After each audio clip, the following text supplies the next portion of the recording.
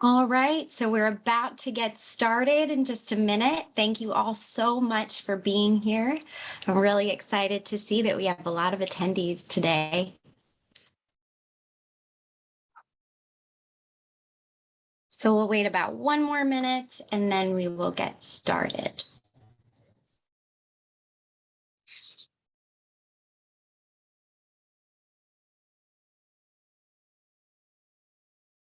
So I see we have people from the Philippines here. We have people from Mexico, across the United States, Romania. That's really exciting. We have California here. We're also happy you could make it. All right, so I want to start off by welcoming you all to my webinar. This is for NEO users for Cypher Learning, and we're going to talk about how to use the latest game-changing NEO features for continued learning success. So as you know, we're continuously evolving as a company, and that means we're constantly coming up with brand new features and more efficient ways to navigate the platform. So to start off, oops, sorry. All right, so it is hosted by me. My name is Eve Sherman, and I am an EdTech specialist in North America. As I mentioned in the chat, I am reporting here from Durham, North Carolina, and I'm very excited to be part of this team. I am a former public school teacher, like many of you. I'm a volunteer youth crisis counselor, and I'm about to receive my second degree in education, which I'm very excited about. And I'm excited to teach you about what we have to offer. So just as a refresher, NEO is a learning management system that makes it easy to create and manage all learning activities, whether it's building online classes, assessing students, differentiating your learning, enhancing collaboration, or even tracking achievement. I also have an exciting addition to our webinar today, and that is a Twitter conversation, or a tweet chat, as I like to call it. So I would like it if you would all help me by tweeting your thoughts, your ideas, and your inspirations throughout this webinar so that we can keep our conversation going. So if you use the hashtag NeoTalk, you can tweet during and after the presentation to share ideas and to grow our global community. Really hope that we get some great tweets and ideas that way. So again, hashtag NeoTalk. All right, so now I want to start off with a little poll. So if you would please tell me in the chat by putting A, B, C, or D, what are you hoping to gain from this webinar today? So A, a clearer understanding of how to utilize best practices through NEO LMS. B, a chance to get the inside scoop on product updates. Or C, an opportunity to make connections with other educators. Or maybe all of the above. So I would love to hear from you. Let's see, B. Awesome. D, thank you, Alexia. A lot of best practices. Some people just want it all.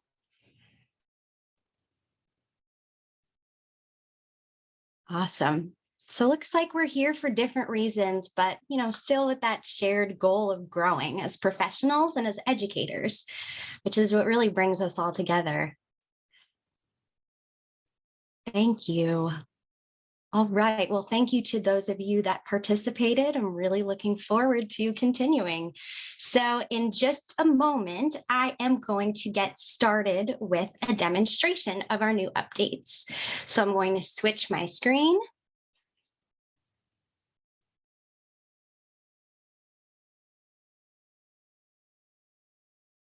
All right, I'll make this full screen. Now, hopefully you are seeing my main dashboard of NEO. Can I just get a confirmation from someone that we're seeing the right thing? Thank you. Appreciate that, everyone. So as of the last few months, we have totally revamped our dashboard. So as you can see, it's really interactive, it's highly customizable, and we have different ways of viewing different features here.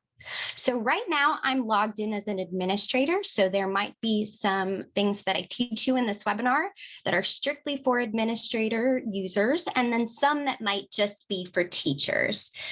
So what I'm going to show you first is the fact that we now have a way of being able to hide different widgets that you'll find on your dashboard.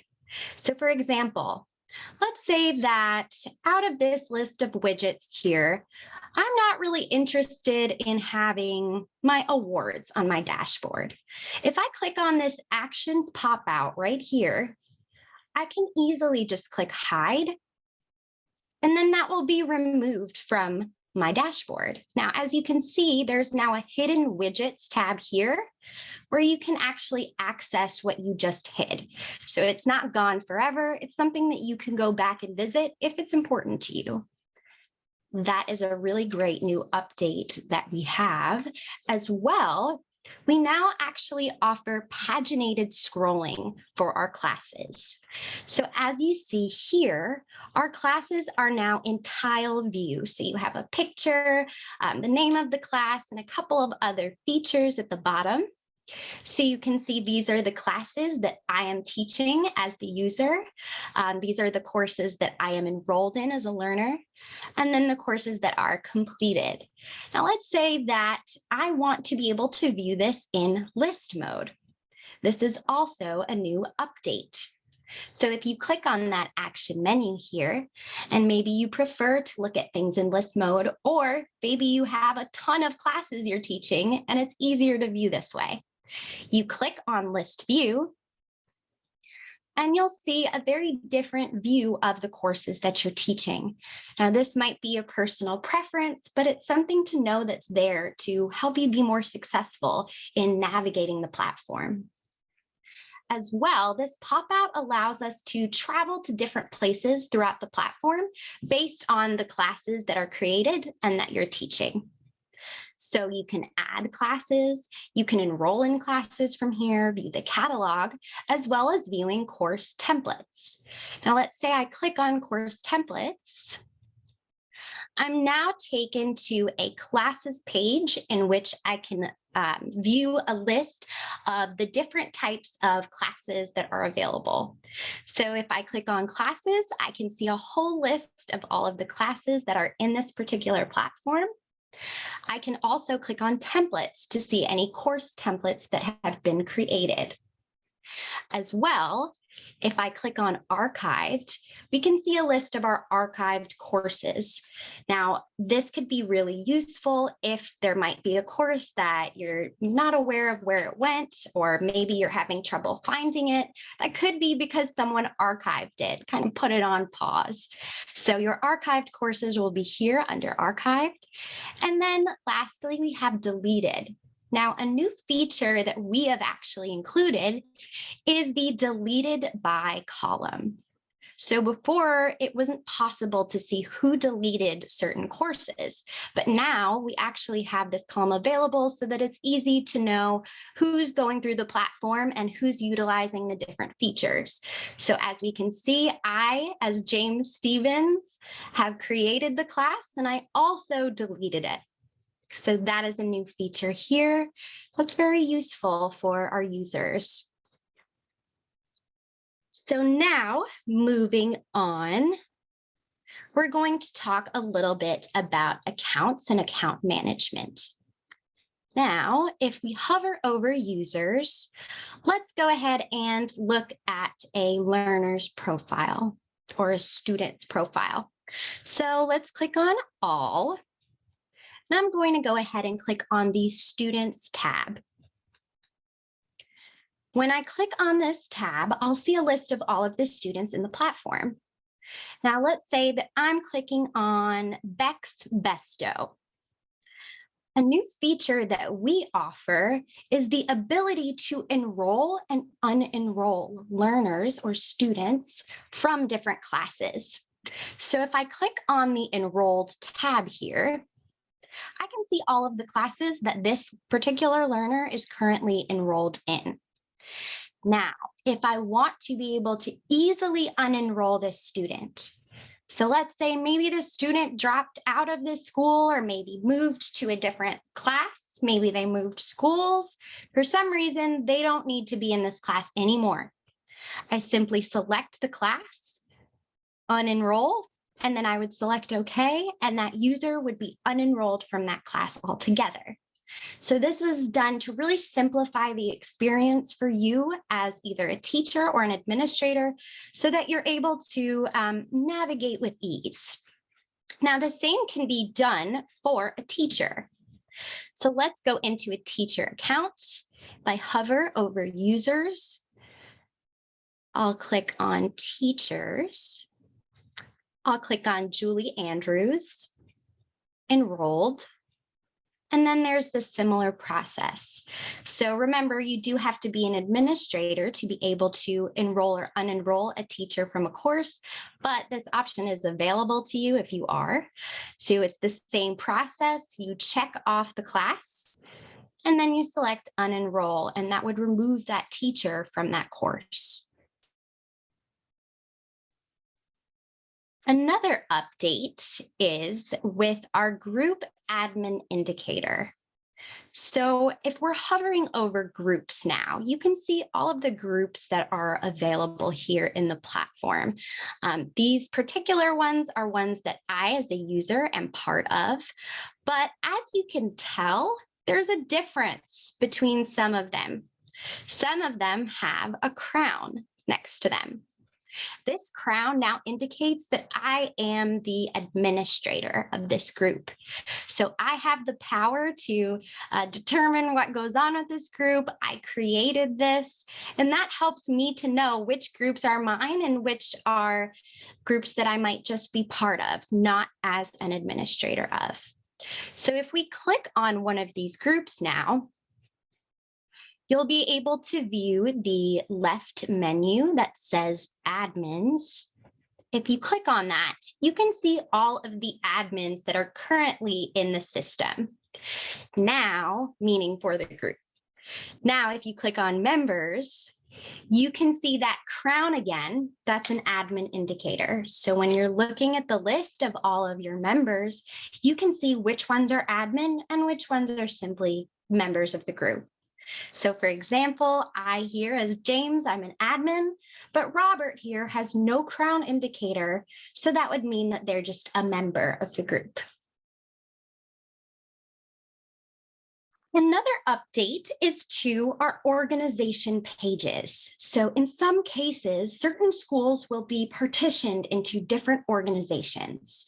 Now in our system here, as you can see, there are many different organizations that we have available. So first, I'm going to go ahead and click on the admission board. So now I'm in the admission board organization, and we have a completely new view of what the organization page looks like. So before, we had a very crowded list of tabs that were around this area of the screen where I'm hovering my mouse. And those tabs would allow you to configure different aspects of the organization itself. To create a cleaner, more sophisticated user experience, we have transferred those tabs to the left side of the menu, kind of similar to how we have our site-wide menu. Now there's an admin tab that actually encompasses multiple features in which you can handle the basics, basic permissions, and e-commerce, the overview, which is where we currently are, different users in that organization, the different classes in that organization, so there are none here, any groups, which are also none, and then purchases, if anyone has made any purchases with courses within that organization. So for a moment, I'd like to stop and take a break to reflect. I'm going to check to see how our Twitter page is going, see if we have any tweets. Maybe you can take a break now and tweet something that might have inspired you. Again, we really want to keep this conversation going. So I'm checking on the Neo Talk now. And looks like, thank you, Alexia. We have some great tweets here with some ideas. Beautiful. Please keep the conversation going as we continue. I really appreciate your participation. Okay, so the next step or the next upgrade to the system that we're sharing with you now, let's see, will be within our classes. So let's get into a random class. So once we hover over classes, let's go into chemistry. What we're looking at now is the start page of the chemistry class. We have a list of our lessons here. Some people call them modules. It's basically the same idea. So let's click on one of the lessons. What we're looking at now is the newer version of what our lesson or our module page will look like. So we are currently in the first module or lesson, which is called the atomic structure. We have some changes to the terminology in the tabs that you're viewing here. Now, when I click on visibility, this used to be called shown/hidden. We wanted to make this a little bit more concise, and we wanted to be able to combine those concepts and just put them under the umbrella of visibility. So this is a great way for adaptive and personalized learning. It's a great way for teachers to be able to differentiate who is receiving what resources or who is able to view which parts of the lesson that you want them to view. As you can tell here, this lesson is shown to some people, but it's hidden maybe from the rest. So this is definitely a best practice to cater your learning design to meet your learners' needs by using this visibility tab. You can also do this with locking. Locking used to be called unlocked/locked, but now we're trying to make it more sophisticated and we're calling it locking to encompass the idea that some material can be locked and unlocked based on a user or a learner's needs. And as you know, as educators, we're always looking for ways to better meet those needs and to meet our learners where they are. This is an exceptional way to do that, and I'm excited that we have that option within the platform.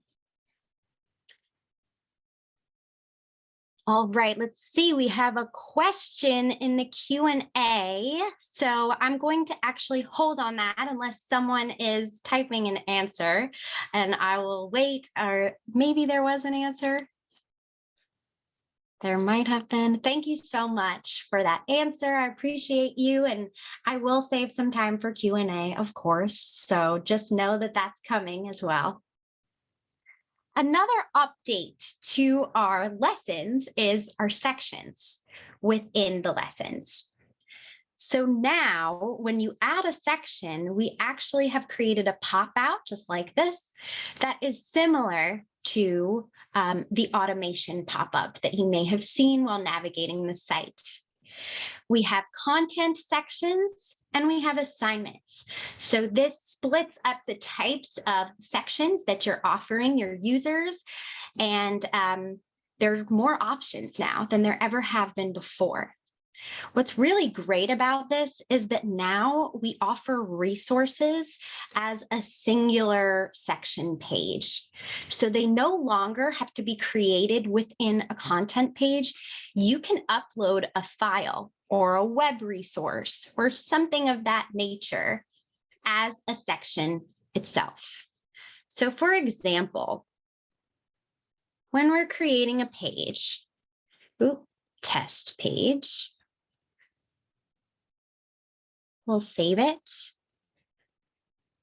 you'll see that you would have to actually upload a resource here. So you would have to include something that would be within this test page.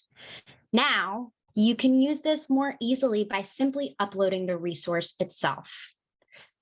So to do that, say I'm going to add a section. I'll add a file. I'll look within my resources within the site. I'll take a picture of an atom since this is chemistry. Upload. And now this atom picture is a resource in itself. So it's not even under the test page. It's actually just on its own as a resource that someone can view as part of this class.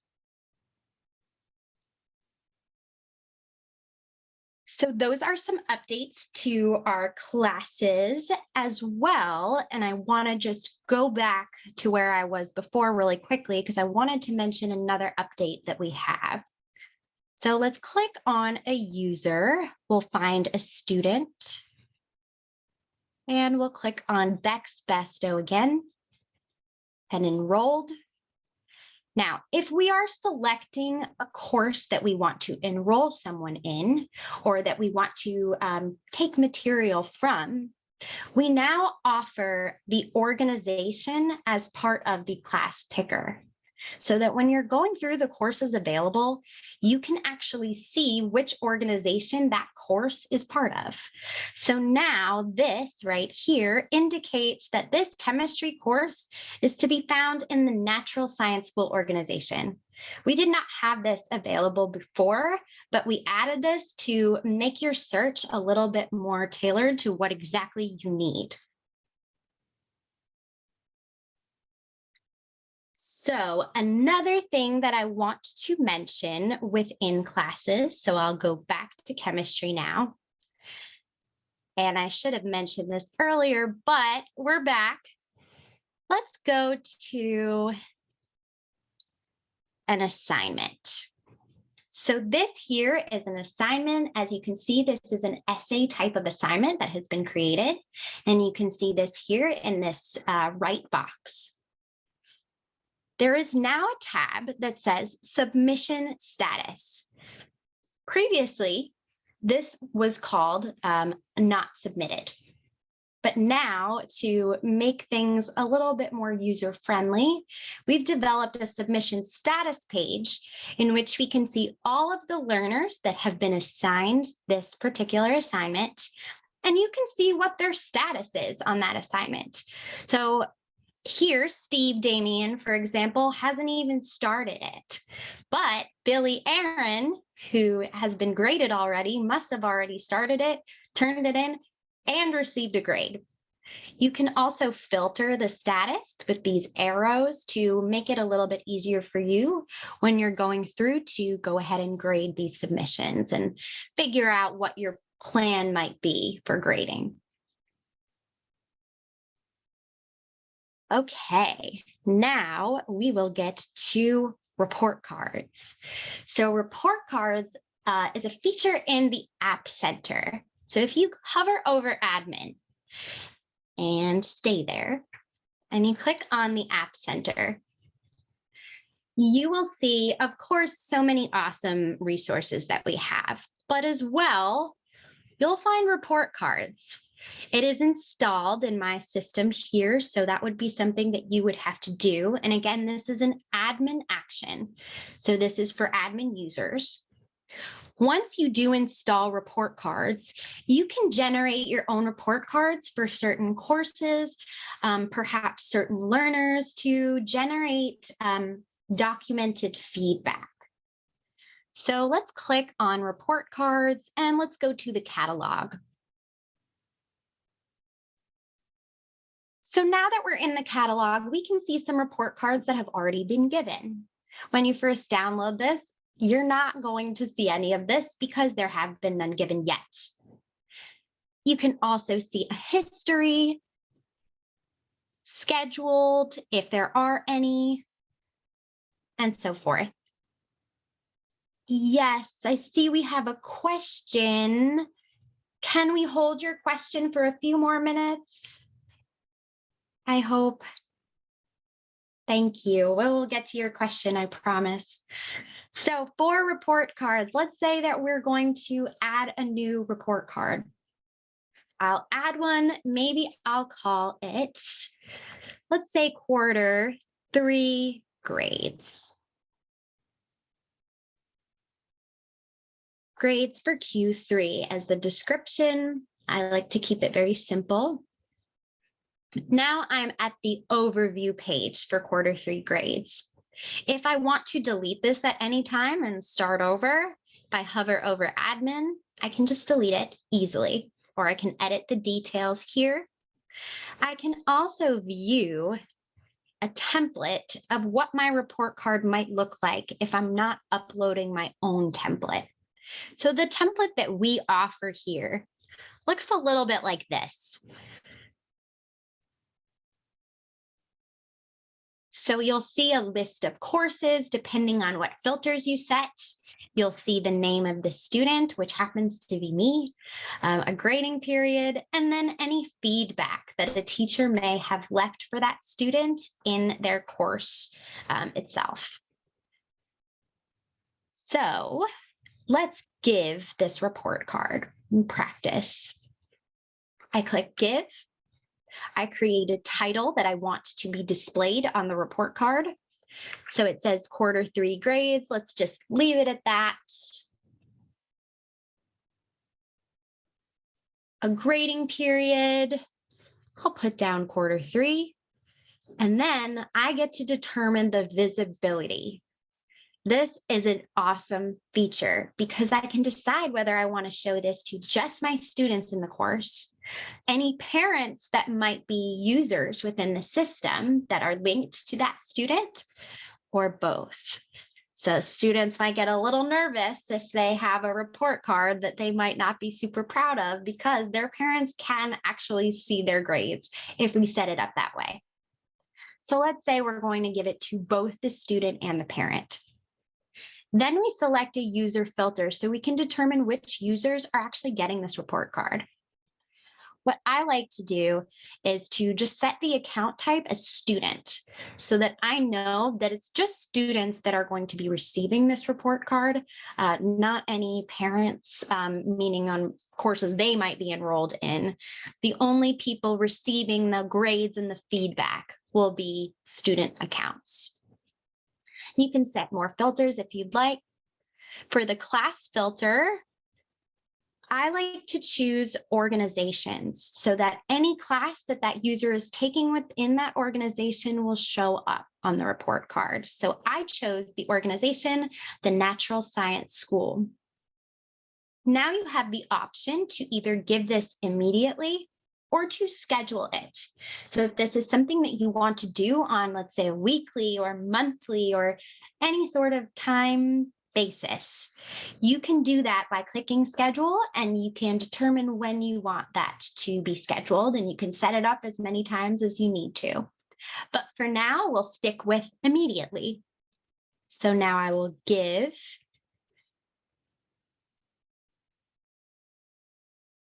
And now we have our happy notification sound that's telling me that the report cards have been given. I'll click on Given Report Cards. And I can see all of the users that received this report card function that I just performed. So let's look at what that looks like. So Bex Besto, I'm going to pick on them again, and I'm going to click on PDF.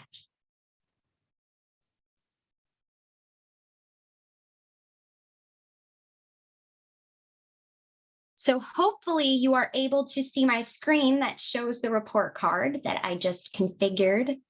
And it will say Bex Besto's name, the courses that they are taking here, the grades that they've received. If there's no grade there, that just means that no assignments have been graded at that time. And then any feedback that you might leave under the student notes within the course itself. So biology, this is not your best work. Please see me for help.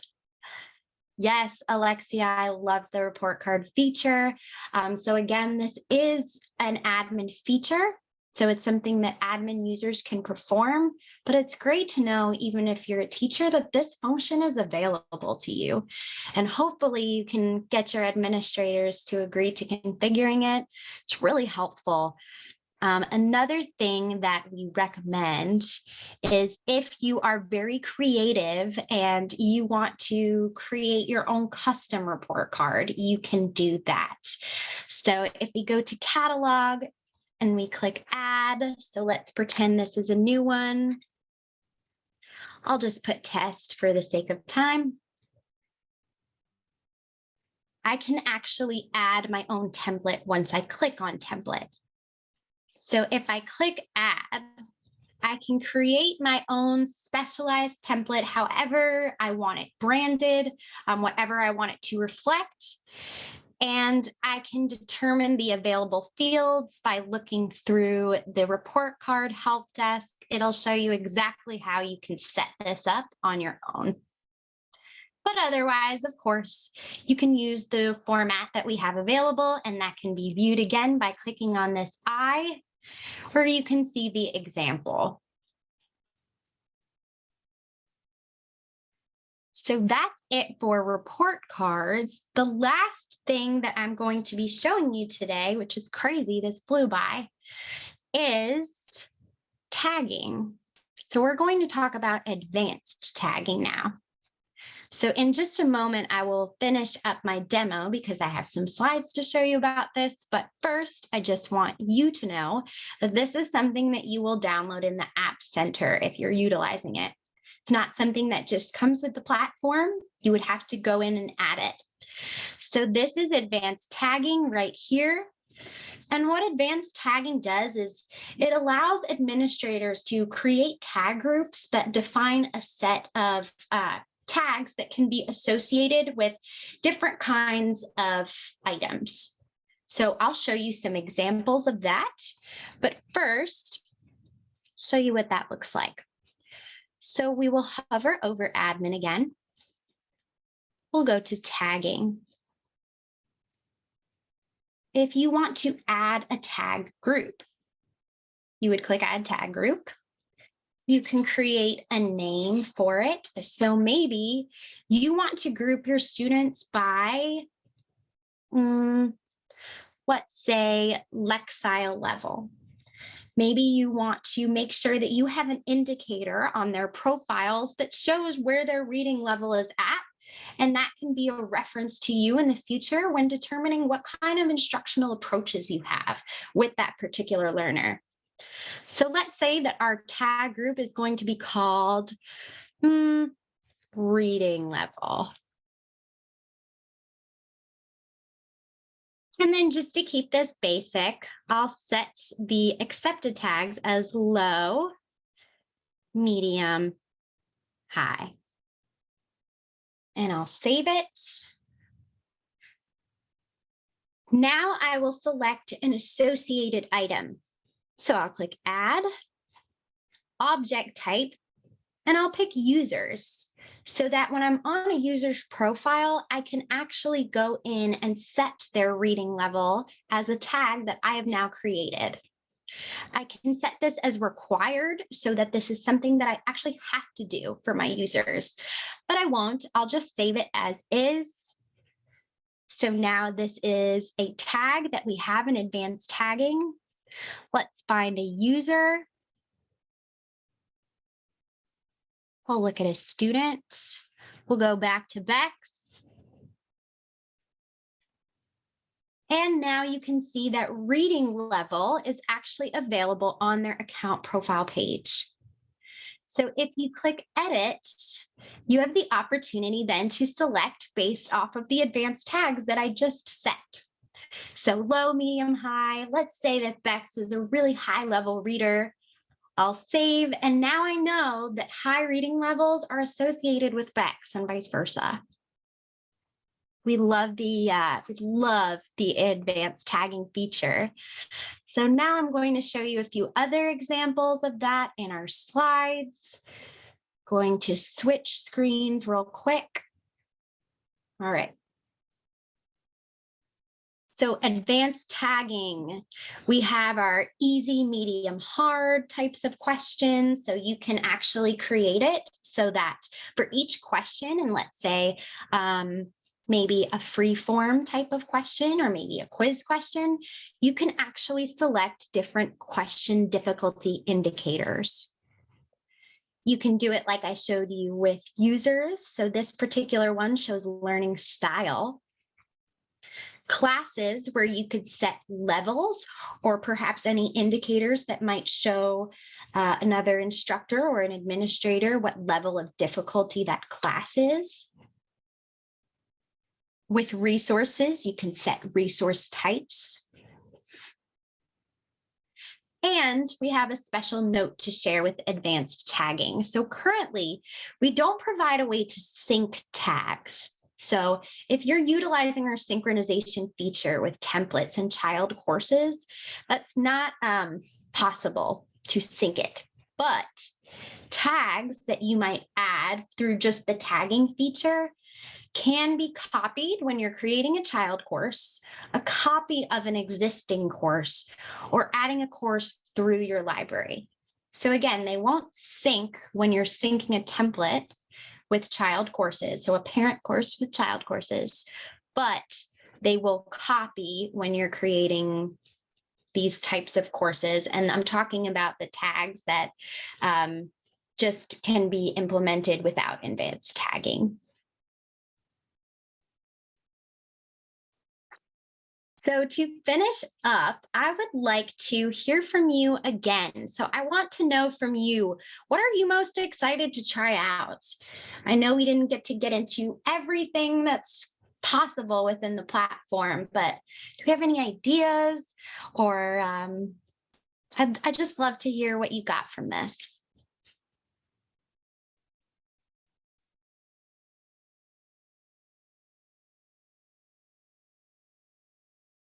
Great. Thank you. Thank you. I really appreciate you all sharing and giving me your feedback.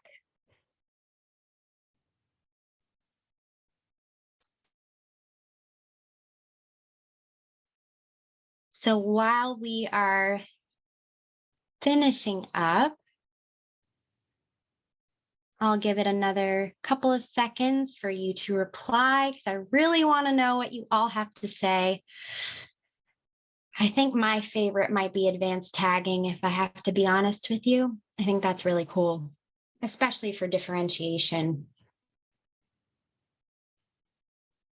Awesome. So now it's time for Q&A. Thank you all again for allowing me to get to share all of the new updates with you. We're so excited for this new user experience. And now we want to hear from you. So please, questions, anyone?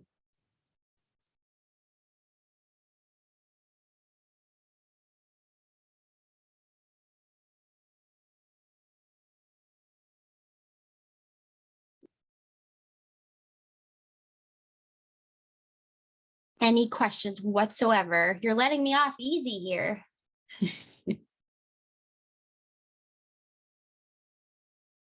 Can report cards be deleted after they are sent?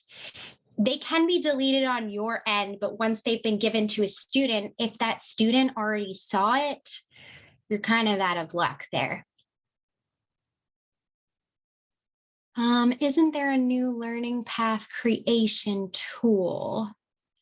Trying to think about what tool you might be referencing. Any updates to the learning path? Let's see. I'm going to ask my team too if you know exactly what they're referencing with this new learning path. Oh, you're not able to unmute.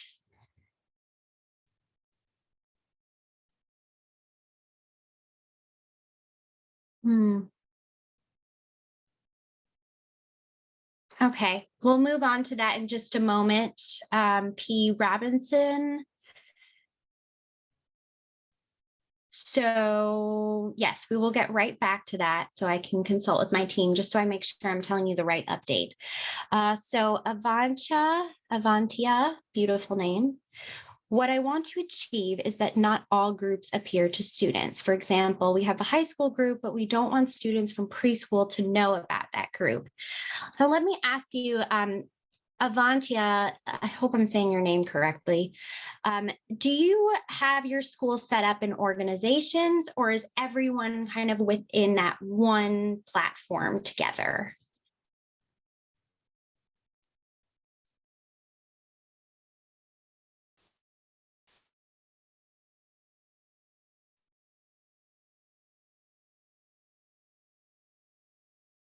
I'm realizing this is a little trickier than I thought here. One platform together. Okay, so what if, now I'm thinking about this. Hold on, I'm going to share my screen with the platform.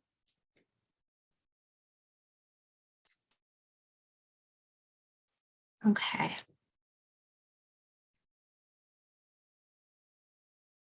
So let's say that we want to create a particular group. When we're adding a group, so let's say we're adding a group for collaboration, you can actually select the scope of what you want or who you want to be able to view this group. So if you select private, this would not be something that people that are not added to the group would be able to see, except administrators, let's say. So if you save this group as private, it should not be something that a whole group of students would be able to join. It would be more something that you would be adding learners to, and then those learners would be able to join the group itself. I hope that made sense.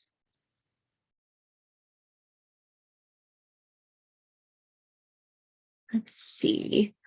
All right, so you are a teacher and you want to create your grading system. How can I do this? Well, I'm thinking to myself, it might be an admin function, but if we go to grading scales, I'm not sure if that is something that a teacher is able to, and Alexia, I might need your help with this particular part. If this is something that a teacher can actually edit, or if this is something that strictly an administrator would be able to edit. Hi, Eve. Yes, that is possible if the administrator has enabled it for the teachers. Yes, that is correct. So if this is enabled for you and you go to your grading scales, you're able to edit your grading scales to make it really whatever you want.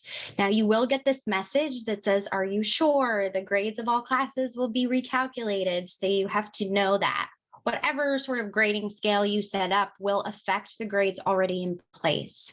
So if you've already graded, they're going to be affected by whatever your new rules are. But if you go within a course and you want to be able to configure any sort of aspect of the course, you would hover over your admin, and you can do it either this way, or you can go into your grade book and kind of determine here what you want your students to be able to see and how you want to be able to utilize this grading. And that can be done again through your gradebook. All right, and I'm checking the new Q&A questions here. Let's see. Answered that. Yes, there is that new learning path tool. Thank you, Alexia, for clarifying that.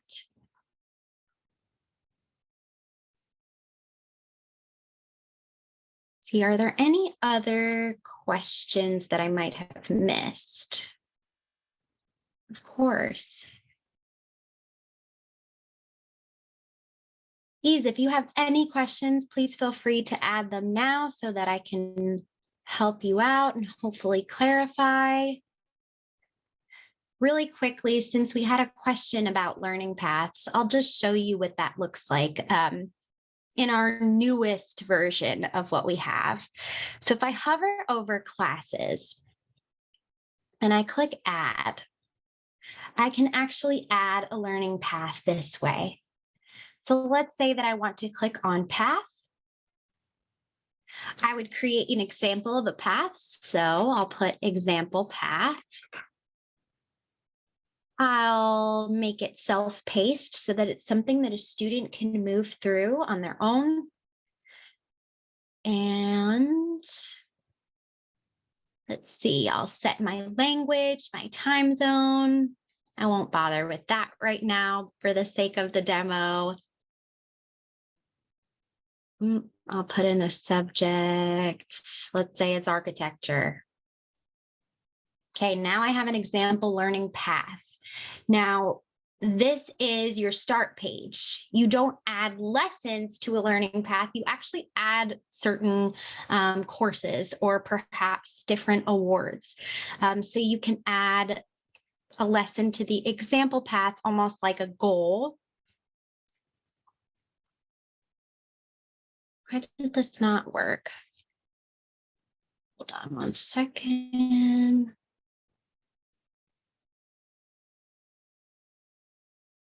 Look at the path features. I'll make sure they're enabled. All right, so let's add. Let's see, maybe we'll add a particular lesson from our library. Let's say continents. And now you're adding different sections of different lessons as goals that are part of your path. So it's like creating almost like a journey for the learner to complete so that they are either achieving some sort of, let's say, goal. Maybe they're achieving a certificate of some kind, a badge. These are all ways to create a learning path for a student. So again, classes, add, path.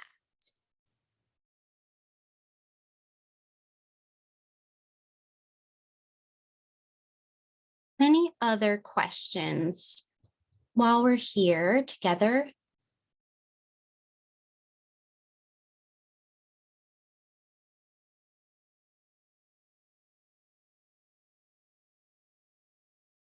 See, I tried tagging in making my exams and encountered a problem where I selected 20 questions out of 30. What appeared when I checked by taking the quiz is 28 questions. What could be my problem? Thank you. All right, let's see. Tried tagging, encountered a problem. Oh, Alexia, the floor is yours if you want to take it. I saw this indicator here.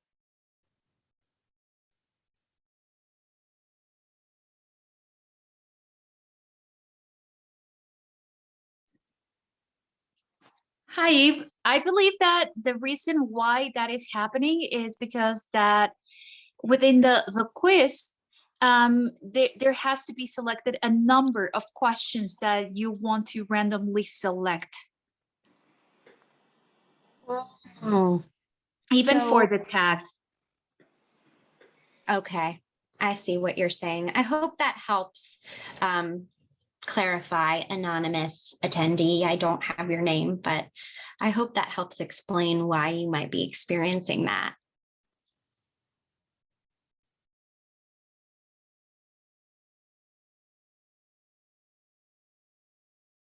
Thank you. Can I group students, middle school, high school? Yes, you can utilize that through tagging. You can set up when you're creating a course, you can set it so that you can set the grade on that course. And another example could be with this advanced tagging feature. So if you want to use that users tag, so hold on. Yes, so if you wanted to create some sort of users tab that might be high school, middle school, elementary school indicator, you could easily do that. And you can set the tags as high school, middle school, elementary, or however it is that you say it. So that can be just for you then if you wanted to do it that way. Your class appears twice on the dashboard. What I would do, I would click on both of those classes to make sure that they're not the exact same thing, maybe just appearing twice. And then if they are the exact same, I guess you can just delete one because it would not delete both. But if it is maybe like you accidentally made a copy, which I've done plenty of times of the exact same course, then easy to just delete. The other one will be there. And if you remember from our demonstration, and I'll show you one more time just to make sure that you know how to do this yourself.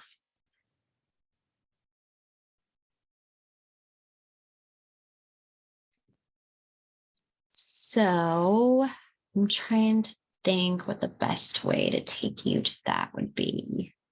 Okay, so if we go to classes, let's go to our list view.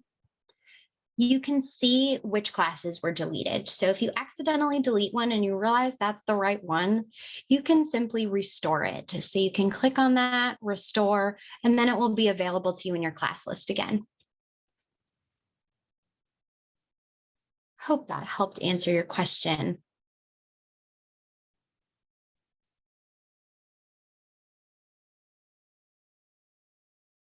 We have a couple more minutes, so I just want to make sure that if you have any other questions, I can help. Let's see. Is there documentation under on these new features? Yes, it is all in the update. So I'll show you where to find that.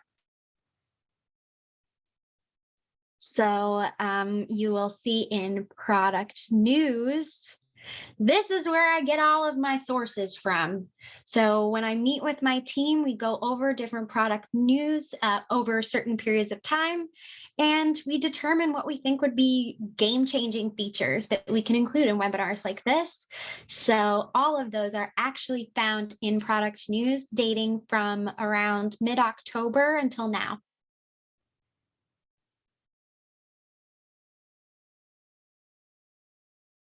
Yeah. Thank you for that question. You allowed me to be able to show you where to find it, so thank you.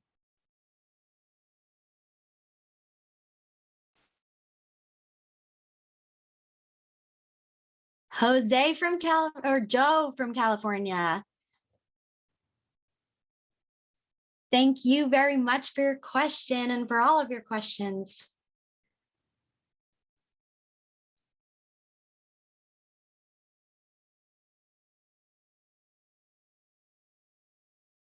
Thank you so much to you all. There are plenty of updates to come. As you know, we're really innovative. We're a really innovative platform. So we're always looking for ways to grow and to continue making a better learning experience. As you probably know, as teachers, we just want to make learning more efficient. And I'm proud to be part of a team that is actively working to do so. And I also want to thank my team, Alexia, my director for EdTech, Helen, the director for our ACE team, Vanessa, my counterpart, thank you for being here.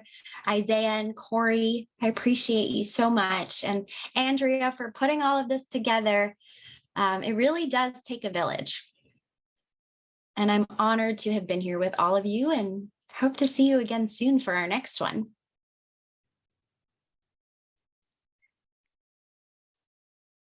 Thank you all again.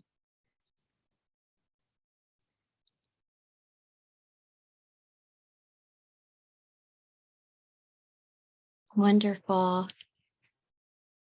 I'm so glad.